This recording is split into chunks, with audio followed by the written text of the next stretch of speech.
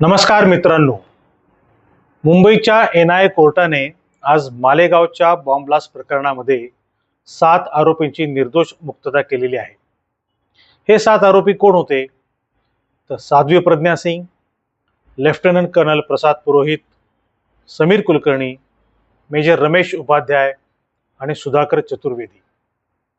त्यांच्यावर आरोप हा होता की त्यांनी मालेगावमध्ये बॉम्बस्फोट घडवून आणला. त्याच्यामध्ये 6 जण ठार झालेत आणि 95 जण जखमी झालेत. पण कोर्टाने असं निरीक्षण नोंदवलं आहे की सरकारी पक्ष त्यांची केस सिद्ध करण्यामध्ये अपुरा पडला. पुरावे त्यांना गोळा करता आले नाहीत, पुरावे नीटपणाने मांडता आले नाहीत. त्यामुळे या 7ही आरोपींची निर्दोष मुक्तता झालेली आहे. साध्वी प्रज्ञा सिंगवर आरोप काय होता? तर तिची स्कूटर LML वेस्पा ही या बॉम्बस्फोटासाठी वापरण्यात आली होती आणि त्या स्कूटरवरच बॉम्ब प्लॅन करण्यात आला होता. त्याचा स्फोट झाला आणि 6 जणांचा त्याच्यामध्ये मृत्यू झाला. पण कोर्टाने असं म्हटलंय की जर एवढा मोठा बॉम्ब ज्याच्यामुळे 6 जणांचा मृत्यू झाला एखाद्या स्कूटरवर फुटला असेल तर त्या स्कूटरची आता चिंध्या उडायला हव्या होत्या. तसं काहीच झालेलं नाहीये. म्हणजे याचा अर्थ तो बॉम्ब या स्कूटरवर नव्हता किंवा तो बॉम्ब दुसरीकडे कुठेतरी ठेवण्यात आला असेल किंवा हँगिंग कंडिशन मध्ये असेल. त्यामुळे स्कूटरचा वापर या बॉम्बस्फोटासाठी झाला हे सिद्ध होऊ शकत नाही. त्यामुळे साध्वीची या केसमधनं निर्दोष मुक्तता झालेली आहे. आता साध्वीने आधी काय म्हटलं होतं की तिची स्कूटर तिने सुनील जोशी नावाच्या एका व्यक्तीला विकली होती. त्याचे कागदोपत्री नोंद झालेली नव्हती. स्कूटर विकली, तोंडी व्यवहार झाला. सुनील जोशी हा ओळखीचा असल्यामुळे त्याच्या संदर्भातली काही कागदपत्र तयार केली नाहीत, अशी ओळख झाली आणि त्यातनं त्याला ती स्कूटर तिने विकली. त्या सुनील जोशीने पुढे त्या स्कूटरचं काय केलं हे मला माहित नाही, असा साध्वीचा याच्यातला बचाव होता. पण अर्थात कोर्टाचं निरीक्षण असं आहे की त्या स्कूटरचा वापर या बॉम्बस्फोटामध्ये झाला हे सिद्ध होत नाही. त्यामुळे साध्वीच्या याच्यातनं निर्दोष मुक्तता झाली. दुसरं मोठं याच्यातलं नाव होतं लेफ्टनंट कर्नल प्रसाद पुरोहित. प्रसाद पुरोहित हे आर्मीमध्ये मिलिटरी इंटेलिजन्स विभागामध्ये कार्यरत होते आणि आर्मीमध्ये कार्यरत असताना त्यांना त्यांच्या घरून महाराष्ट्र ATSने अटक केलेली होती. त्यांच्यावर आरोप हा होता की बॉम्बस्फोटामध्ये वापरण्यात आलेलं RDX त्यांनी पुरवलं.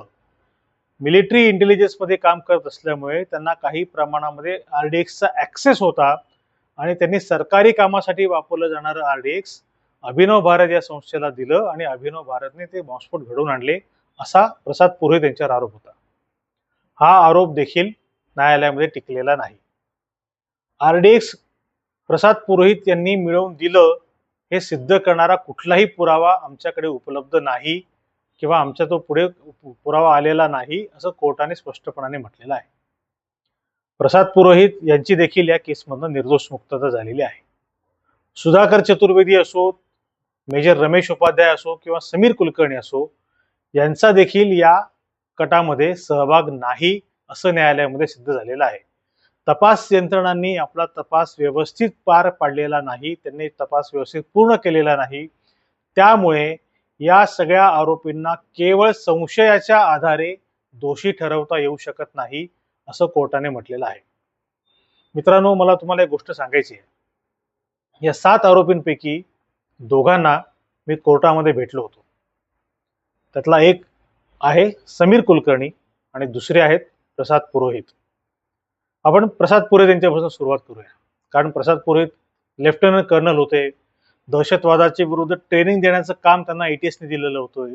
दहशतवादाशी कसं लढावं त्याचं ट्रेनिंग त्यांनी महाराष्ट्र पोलिसांना दिलेलं होतं.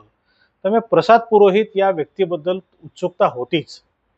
त्यांच्या एका सुनावणीच्या निमित्ताने मी कोर्टामध्ये गेलो तेव्हा जेव्हा कोर्टाचा ब्रेक असतो त्या ब्रेकमध्ये मी त्यांना भेटलो होतो आणि मी त्यांना विचारलं होतं की काय तुम्हाला असं वाटतं की तुम्ही या सगळ्या केसमधनं निर्दोष मुक्तता व्हाल असं तुम्हाला का वाटतंय? तेव्हा त्यांचा दावा हाच होता की मी काहीच केलेलं नाहीये, हा सगळा बनावट केस आहे, हा सगळा बनाव आहे आणि आम्हाला गोवण्यासाठी म्हणून या सगळ्या केसचा वापर केला जातोय. पण त्यांना मी विचारलं होतं तेव्हा प्रसाद पुरोहित काय करत होते. लंच ब्रेक होता अर्थातच. मला असं वाटलं की ते कर्नल आहेत, आता ते सगळे ढासळलेले असतील, त्यांची मनोवृत्ती ढासळली असेल, 6 वर्षापासून जेलमध्ये आहेत. पण प्रसाद पुरोहितांनी त्यांच्या मुलाला सांगून KFCचं चिकन मागवलं आणि ते चिकन खाता खाता माझ्याशी गप्पा मारत होते आणि ते म्हणाले की या केसमध्ये काहीही होणार नाही, कारण आम्ही काही केलेलंच नाही आहे मुळात. त्यांनी सांगितलेली गोष्ट अशी होती की ज्या पद्धतीने महाराष्ट्र एटीएसने त्यांना त्यांच्या घरून अरेस्ट केली, एटीएसने एक विशेष विमान पाठवलं होतं जे एका प्रायव्हेट कंपनीचं होतं. त्या प्रायव्हेट कंपनीच्या विमानातून प्रसाद पुरोहित यांच्या सिनियरने दिलेल्या टिपनुसार त्यांना अटक केलेली होती. म्हणजे याच्यामध्ये खरं त्यांच्या बोलण्यातनं वास असा येत होता की आर्मीमध्ये असलेलं तत्कालीन राजकारण, प्रसाद पुरोहित यांचा आर्मीमध्ये होत असलेला उत्कर्ष सहन न झाल्यामुळे त्यांच्याच एका वरिष्ठाने महाराष्ट्र एटीएसला चुकीची माहिती दिली आणि महाराष्ट्र एटीएसने त्यांना अरेस्ट केली, असा प्रसाद पुरोहित यांचा त्यावेळेला दावा होता. अर्थात या सगळ्या गोष्टी काही कोर्टाच्या निकालामध्ये आलेल्या नाहीत. हे त्यांनी मला कोर्टाच्या केसच्या व्यतिरिक्त सांगितलेली गोष्ट म्हणून मी तुम्हाला सांगतो. त्यांनी मला हे सांगितलेलं होतं. तेव्हा मी त्यांना विचारलं होतं की जर हे तुम्ही केलेलं नाहीये तर तुमचा संबंध तिकडे येतो कसा आणि तुम्ही तिकडे अभिनव भारतच्या बैठकीला का जात होतात? त्यांचं उत्तर एकच होतं की मला माझ्या सिनियरने जे सांगितलं ते मी केलं. मी एक शिस्त पाळणारा, आज्ञा पाळणारा सैनिक आहे आणि सैनिकाला वरिष्ठांनी सांगितलं इथे जायचंय, मी तिथे गेलो. पण आम्ही बॉम्बस्फोट घडवलेला नाही. आमच्याकडे बॉम्बस्फोट घडवण्याची कुठलीही माहिती नाही. आम्हाला फक्त माहिती काढण्याचं काम दिलं होतं की ती अभिनव भारत संघटना कशी काम करते त्याच्या संदर्भामध्ये जा, त्यांच्या कामाची पद्धती समजून घ्या आणि तिथे आपली एखादी ॲसेट निर्माण करा, आपला सोर्स निर्माण करा. हे काम आमच्याकडे होतं. अभिनव भारतच्या कुठल्याही कृत्यांमध्ये आम्ही सहभागी नव्हतो आणि अर्थातच आजच्या कोर्टाच्या निकालाने हे सिद्ध झालेलं आहे की अभिनव भारत देखील या बॉम्बस्फोटामध्ये सहभागी नाही. दुसरी एक व्यक्ती ज्याचा मी उल्लेख केला ते म्हणजे समीर कुलकर्णी. समीर कुलकर्णींना मी म्हणजे त्याला जेव्हा भेटलो कोर्टामध्ये तेव्हा समीर कुलकर्णीचा चेहऱ्यावरचा रंग उडालेला होता, अत्यंत निश्चित झालेला होता. म्हणजे हा तोच समीर कुलकर्णी आहे जो एनसीसी मध्ये असताना अत्यंत करड्या शिस्तीचा म्हणून ओळखला जायचा. त्याला कुठलाही नॉनसेन्स गोष्टी सहन व्हायच्या नाहीत. चांगल्याला चांगलं म्हणणं आणि वाईटाला वाईट म्हणणं यासाठी म्हणून समीर कुलकर्णी ओळखला जायचा.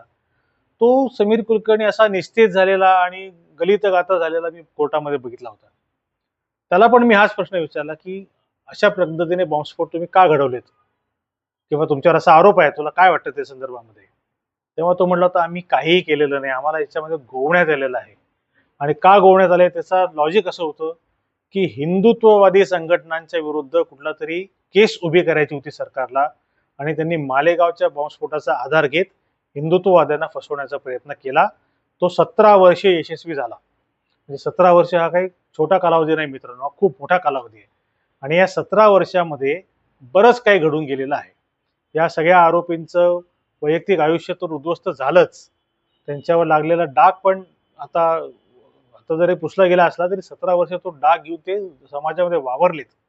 या सगळ्या गोष्टींचा विचार करता माझ्या मनात एक प्रश्न निर्माण होतो की माणसं मेलीत, आरोपी कोण आहेत ते सुटलेत, दोषी कोण आहेत ते आपल्याला माहीत नाही आहे. पण या निमित्ताने ज्या कोणी व्यक्तीने हिंदू समाजाला बदनाम करण्याचा प्रयत्न केला त्यांना यासाठी दोषी का धरण्यात येऊ नये? म्हणजे अगदी नावच घ्यायचं असेल तर बॉम्बस्फोट झाल्यापासून ते अगदी आजपर्यंत सातत्याने एक गोष्ट सांगण्यात आली की हा भगवा दहशतवाद आहे, हा हिंदूंनी घडवलेला दहशतवाद आहे. आणि ह्या भगवा दहशतवाद ही कल्पना रुजवणारे किंवा हा शब्द पहिल्यांदा प्रचलित आणणारे कोण होते? तर ते होते शरद पवार. त्यामुळे माझ्या दृष्टीने मालेगावच्या बॉम्बस्फोटातले जे आरोपी आहेत त्या आरोपींना जेव्हा आपण त्यांचं नाव घेण्याची वेळ येते तेव्हा मला असं वाटतं की सगळ्यात मोठा दोषारोप हा शरद पवारांवर दिला पाहिजे. कारण त्यांनी कुठलाही आधार नसताना भगवा दहशतवाद ही संकल्पना मांडली, रूढ केली. दुसरे आरोपी या प्रकरणातले कोण आहेत? चिदंबरम. ते तेव्हा केंद्रीय गृहमंत्री होते. त्यांनी तपास यंत्रणांना सांगायला हवं होतं तपास निष्पक्ष झाला पाहिजे. केवळ हिंदुत्ववादी कार्यकर्त्यांच्यावर संशय आहे म्हणून तुम्ही त्यांना आरोपीच्या पिंजऱ्यात उभं करू नका, हे त्यांनी सांगायला हवं होतं. त्यांनी ते राजकारणापोटी केलं नाही, म्हणून चिदंबरम याच्यातले दुसरे आरोपी आहेत. तिसरे आरोपी आहेत सुशील कुमार शिंदे. तेच देखील गृहमंत्री होते आणि गृहमंत्र्याला जेवढ्या कक्षा माहिती असतात त्यांना जेवढा तपास माहीत असतो, तपासाची गती त्यांना माहिती असते, ते सगळं माहीत असताना देखील सुशील कुमार शिंदे या प्रकरणामध्ये गप्प राहिलेत. किंबहुना त्यांनी या सगळ्या प्रकरणाला एक वेगळा रंग देण्याचा प्रयत्न केला. त्यामुळे मालेगावचे दोषी हे सुशील कुमार शिंदे हे देखील ठरतात. पण हे तर ठीक आहे, म्हणजे हे तर तिघं राजकारणी आहेत, त्या तिघांना राजकारणच करायचं आहे, त्यामुळे त्यांना मी तसा फारसा दोष देणार नाही. त्यांच्या हातामध्ये काहीतरी कोलीत आलं आणि त्यांनी त्याचा राजकीय फायदा करून घेतला, ते आपण समजू शकतो. पण माझ्या दृष्टीने या सगळ्या केसमधला सगळ्यात मोठा आरोपी कोण असेल, सगळ्यात मोठा गुन्हेगार कोण असेल, तर ते आहेत परमबीर सिंग. परमबीर सिंग यांनी ज्या पद्धतीने साध्वी प्रज्ञा सिंग, प्रसाद पुरोहित आणि इतर सगळ्या आरोपींना एकाच माळेमध्ये गुंफण्याचा प्रयत्न केला, त्यांचा अनन्वित छळ केला आणि प्रसाद पुरोहित असोत किंवा साध्वी असोत यांच्याकडून त्यांना भगवा दहशतवाद आणि हिंदू दहशतवादाचं स्वरूप देण्याचा प्रयत्न केला, या सगळ्या गोष्टीला जबाबदार आहेत ते परमबीर सिंग. आणि मित्रांनो, आणखी एक गोष्ट अशी आहे की याच परमबीर सिंगांना हटवण्याची मागणी केली होती देवेंद्र फडणवीस यांनी. त्यावेळेला देवेंद्र फडणवीस विरोधी पक्षामध्ये होते. मात्र विरोधी पक्षातले देवेंद्र फडणवीस जेव्हा सत्ताधारी पक्षात गेलेत, मुख्यमंत्री झालेत, त्याच देवेंद्र फडणवीसांनी परमबीर सिंग यांना प्रमोशन दिलं, त्यांना ठाण्याचं पोलीस कमिशनर केलं, नंतर त्यांना मुंबईमध्ये आणलं. त्यांना मुंबईमध्ये आणून एक मोठी जबाबदारी देण्यात आली. परमबीर सिंग यांचं खऱ्या अर्थाने कोणी लाड केले असतील, खऱ्या अर्थाने त्यांचं कोणी राजकीय संगोपन केलं असेल, तर ते भारतीय जनता पार्टीने केलं. त्यामुळे भारतीय जनता पार्टी ही देखील मालेगावच्या प्रकरणातली दोषी आहे, गुन्हेगार आहे असं मी मानतो. कोर्टाचा निकाल आलेला आहे. कोर्टाच्या निकालावर आपल्याला अनेक प्रतिक्रिया देता येऊ शकतात, त्याच्यावर अनेक चर्चा होऊ शकतात. मात्र ज्या पद्धतीने मालेगावच्या दुर्दैवी बॉम्बस्फोटाचा वापर राजकीय पोळी भाजण्यासाठी केला होता, ते निश्चितच चुकीचं होतं. आणि ते करण्याचा प्रयत्न ज्यांनी केला त्या सगळ्या लोकांना याची शिक्षा व्हायला पाहिजे. अर्थात शिक्षा व्हायला पाहिजे लोकशाही मार्गाने आपण जेव्हा म्हणतो, तेव्हा या सगळ्या लोकांना निवडणुकीमध्ये लोकांनी त्यांची जागा दाखवली पाहिजे असा त्याचा अर्थ होतो. सुशील कुमार शिंदे निवडणूक हरलेले आहेत. पी चिदंबरम आता राजकारणात नोव्हेअर आहेत, जवळपास त्यांचं अस्तित्व संपलेलं आहे. शरद पवार यांना मात्र अजूनही राजकारणामध्ये बऱ्यापैकी मान आहे, त्यांचं राजकीय वलय अजूनही कायम आहे. हे राजकीय वलय कायम असल्यामुळे ते यापुढे देखील अनेक काही संकल्पना रूढ करू शकतात. हे लक्षात घेऊन शरद पवार यांच्या राजकीय वाटचालीचा आपण सगळ्यांनी आढावा घ्यायला हवा. मला असं वाटतं की राजकारणी हे त्यांच्या दृष्टीने राजकारण करत असतात. पोलीस अधिकाऱ्यांनी आणि तपास यंत्रणांनी राजकीय दबावाला बळी न पडता तपास केला असता तर ही नामुष्की आलेली नसती. यामध्ये झालंय असं की महाराष्ट्र पोलिसांची प्रतिमा प्रचंड मलिन झालेली आहे. मुंबईच्या रेल्वेतले बॉम्बस्फोट असोत किंवा मालेगावचा बॉम्बस्फोट असोत, तपास यंत्रणांनी आपला तपास व्यवस्थित केलेला नाही आणि तपास करणारे सगळे मुंबई पोलिसांचे, महाराष्ट्र पोलिसांचे अधिकारी होते. हे लक्षात आल्यामुळे महाराष्ट्र पोलिसांच्या विश्वासार्हतेवर देखील प्रश्न निर्माण झालेला आहे. हे दूर करायचं असेल तर तपास निष्पक्ष होणं ही राजकारण्यांची गरज आहे, तपास यंत्रणांची गरज आहे, हे आपण लक्षात घेतलं पाहिजे. आणि जनता म्हणून आपला आवाज बुलंद ठेवणं हे देखील आपलं काम आहे. चांगल्याला चांगलं म्हणणं, वाईटाला वाईट म्हणणं हे देखील आपलं काम आहे. ते आपण करत राहायला हवं.